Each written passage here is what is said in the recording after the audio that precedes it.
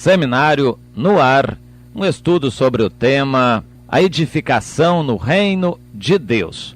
Assunto número 6. A edificação visa transformar cada crente na semelhança de Jesus. Esta é a obra mais linda e maravilhosa que há. Primeiro é pregar o evangelho para que perdidos, pecadores, derrotados, frustrados, complexados, pessoas destroçadas na sua autoestima, pessoas arrasadas e segregadas pela sociedade, venham a ser perdoadas, a ter uma nova vida, nascer de novo e começar uma carreira cristã, começar a caminhar uma vida maravilhosa de edificação, visando o quê? Aí é que é importante, não visando encher banco de igreja, ser apenas mais um número numa multidão dentro de um templo, mas visando fazer aquela pessoa ser edificada e caminhar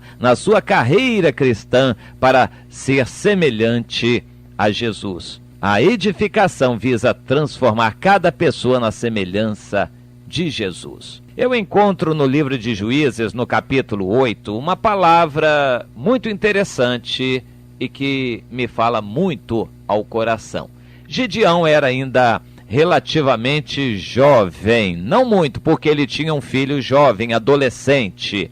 Quando Deus lhe deu autoridade, convicção, Gideão não titubeou mais, colocou Deus à prova antes de tomar a decisão, mas uma vez tomada a decisão, ele partiu para cima do inimigo, convicto. Deus o enviou, Deus o levou, e lá foi ele para cima do inimigo e venceu todos os adversários, não importando que fossem muitos em número. E Gideão, apenas com 300, venceu exércitos imensos de adversários, porque Deus estava com ele, porque Deus pelejava por ele. Quando chega lá no versículo 18, nós encontramos: depois ele, Gideão, disse aos reis inimigos que tinham sido presos, Zeba e Zalmuna, perguntando o seguinte: que homens eram os que matastes em Tabor? Responderam eles: como tu és, assim eram eles. Cada um se assemelhava a filho de rei. Que coisa interessante. Havia aquela hombridade, aquele respeito, havia aquela moral, havia aquele sentimento de povo de Deus no coração de Gideão e de seus irmãos, de uma tal maneira que eles espelhavam pelo rosto a serenidade de um líder, a tranquilidade de um filho de Deus. Eles espelhavam no rosto uma imagem de príncipes. Eram pobres, mas o fato de ser pobre não implica em que uma pessoa seja deprimida, seja tímida, seja uma pessoa sem autoestima. Aqueles irmãos de Gideão tinham uma semelhança com ele. Provavelmente o pai era muito temente a Deus e incutiu neles a convicção de que filho de Deus é algo muito importante. Um príncipe, um escolhido de Deus, um simples membro do povo de Deus tem imensas prerrogativas, tem privilégios maravilhosos que o mundo não pode compreender e muito menos alcançar. Ser filho de Deus é um privilégio muito elevado. Portanto, quem é filho de Deus não se vende por qualquer interesse, não se rende por qualquer emprego, ou qualquer oferta, ou qualquer interesse, nem se desce a qualquer programa de televisão, a qualquer influência mundana. Quem é filho de Deus tem hombridade, tem dignidade, tem a semelhança de príncipe. Então continuou Gideão naquela conversa, ouvindo a resposta daqueles homens, e de uma tal maneira foi dentro de Gideão formada uma convicção que ele chegou à certeza que ele já desconfiava. Eram meus irmãos, filhos de minha mãe, tão certo como vive o Senhor. Se os tivesses deixado com vida, eu não vos mataria a vós outros, mas agora vocês vão morrer. Jéter, meu filho, que era o seu primogênito, embora ainda adolescente, desponte e mata estes homens. O menino tremeu, era ainda um adolescente, não conseguiu. Portanto, aqueles homens disseram: tal homem, qual homem, tal a sua valentia. Esse também é um princípio que a vida nos ensina. Claro que aqueles homens não disseram de onde provém a valentia, mas disseram que um homem é medido pela sua valentia. Seja homem, seja mulher, uma pessoa que leva a imagem e a semelhança de Jesus é medida pela sua ousadia, pelo seu zelo para com as coisas de Deus, pela sua coragem em trabalhar para Deus. Qual homem, tal a sua valentia. Aleluia! Qual cristão, tal a sua ousadia. Qual o amor que você tem para Deus, tal a sua dedicação no trabalho para Ele. Se você não se dedica a nada à obra de Deus, é porque você não ama a Deus. Se você não tem prazer em dar dízimos, ofertas, amor, tempo, dedicação, lealdade, se você não tem prazer em dar, é porque você não ama a Deus. Qual o amor que alguém tenha pelo seu Senhor, tal a sua dedicação à obra dele. Aqueles homens enunciaram um princípio muito importante, mas a convicção foi de Gideão, de que aqueles homens, seus irmãos, tinham a semelhança dele, a semelhança de príncipes. Logo a seguir, Gideão, irado, matou aqueles reis. Gideão já tinha matado outros em guerra e agora mataria os responsáveis por aquela guerra também. E assim libertaria o povo de Israel do jugo midianita. Aqueles líderes inimigos precisavam ser mortos. Aqueles líderes inimigos eram os causadores daquele cativeiro, daquela escravidão, daquela pobreza e de muitas mortes em Israel. Aqueles homens não podiam ser deixados com vida. Eles eram os responsáveis porque saíram da sua terra com ganância para dominar Israel.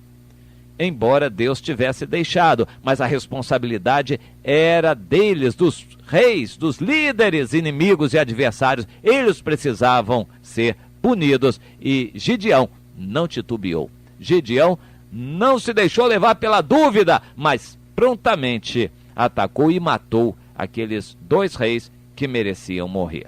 Vamos agora a Efésios no capítulo 4. Nós lemos lá algumas passagens interessantíssimas e certamente vamos voltar a elas, mas eu quero ler com você a partir do versículo 14, o objetivo do trabalho de edificação. Para que não sejamos mais como meninos, agitados de um lado para outro e levados ao redor por todo o vento de doutrina, pela artimanha dos homens, pela astúcia com que induzem ao erro, mas, seguindo a verdade em amor, cresçamos em tudo naquele que é o cabeça, Cristo, de quem todo o corpo, bem ajustado e consolidado, todo o corpo, pelo auxílio de toda a junta, segundo a justa cooperação de cada membro, de cada parte, efetua o seu próprio aumento para edificação de si mesmo em amor. Este é o objetivo de Deus conosco, a edificação de um corpo pela atuação de cada pessoa para que este corpo seja edificado. Tem que ser, na verdade, seguindo em amor a verdade para o crescimento espiritual de cada um. E eu quero focalizar este crescimento nesta palavra do versículo 14. Para que não mais sejamos como meninos, agitados de um lado para o outro e levados em redor por todo o vento de doutrina, pela artimanha de homens, pela astúcia daqueles que induzem ao erro. Será que alguém induz o seu semelhante, o seu irmão, ao erro conscientemente? Eu acredito que na maioria dos casos não, embora haja pessoas que maliciosamente, espertamente se intitulam líderes e, como bons atores, fingem representar uma grande piedade, serem grandes pregadores se emocionarem, mas aquilo é fingido. Na maior parte dos casos, entretanto, eu acredito na sinceridade daquelas pessoas que, no entanto, agindo erradamente, ainda assim estão sendo sinceras. Mas vem aquela questão, uma pessoa sincera, mas errada, será que alcança a graça de Deus como se estivesse certa? É evidente que não. Por isto, a exortação que nos é trazida nas cartas de Pedro e de Judas, para que os ingênuos dos irmãozinhos novos, para aqueles que são crianças, tomem cuidado para não serem enredados por líderes gananciosos que estão correndo atrás de dinheiro, para fazer comércio com pessoas, estão dizendo que a denominação deles é a melhor, que o trabalho é maravilhoso, mas no fundo eles querem interesse, são gananciosos e infelizmente muitos crentes novos estão como crianças correndo daqui para ali para colar atrás desses líderes que são verdadeiros lobos, alguns deles até ingenuamente enganados, mas a verdade é que Deus diz: quem se deixa enredar se torna semelhante àquele que atuou. Ou seja, o ingênuo, o simples, aquele que é criança e que foi levado na apostasia do erro de falsas doutrinas, de interesses gananciosos, inescrupulosos de líderes, esses que são enredados dessa maneira estarão perdidos também. Ou seja, mesmo bem intencionados, mas vão para o inferno também, porque a boa intenção não transforma o erro em verdade. Aprenda esta lição. Por mais sincera, ingênua e bem intencionada que seja uma pessoa, se ela está errada, jamais o seu erro vai ser considerado como verdade por Deus. De forma que tome cuidado para não ser enredado. O nosso trabalho é livrar os irmãos de serem enredados por palavras astuciosas, interesseiras, palavras doces como mel, mas espertas como a atitude da cobra. Essas palavras têm enganado muita gente. E o nosso trabalho é mostrar a verdade, fazer os irmãos lerem a Bíblia para não serem enganados por falsas doutrinas, por erros de astuciosos líderes que no fundo estão querendo poder, dinheiro e interesses. Pois assim então o trabalho da edificação visa fazer com que cada pessoa cresça para não ser mais como menino, como criança, presa fácil de religiosos, profissionais e interesseiros.